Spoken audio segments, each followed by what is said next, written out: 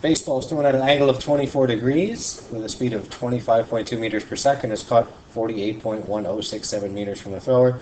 How long is it in the air, and how high is the tallest spot in its path? All right, so first we'll fill in our acceleration, 0 and negative 9.8 meters per second squared.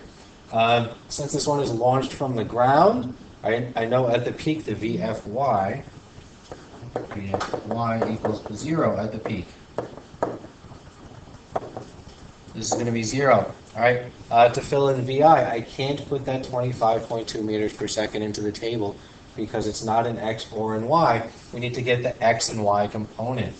So we use AX equals A cos theta.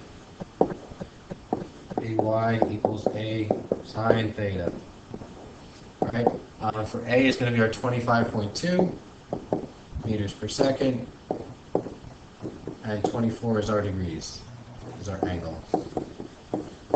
All right, for the x component, we get 23 meters per second.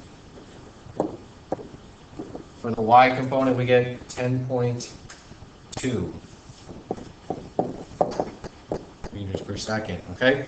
So, 23 for x, 10.2 for y, right? And finally, we can put in this distance, right? That's the horizontal distance, 8.1067. Very precise.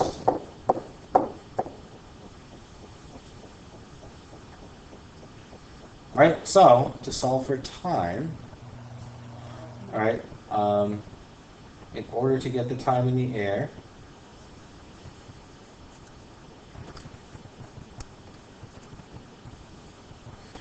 all right, to solve for time, you can do this with either the x side or the y side. They should give you the same answer either way.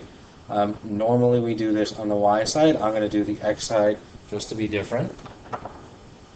Okay, so looking at the x side, I have dVIA and we're looking for t.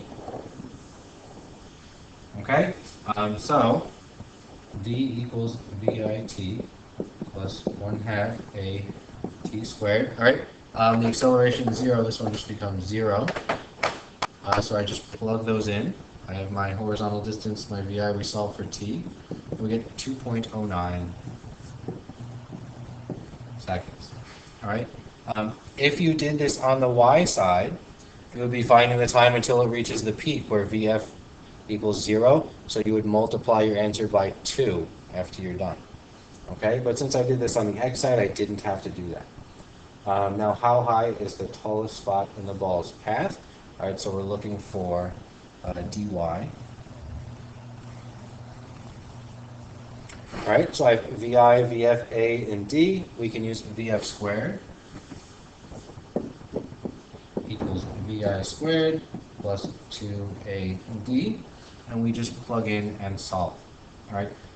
We also have time, which means you could also use the D equals formula.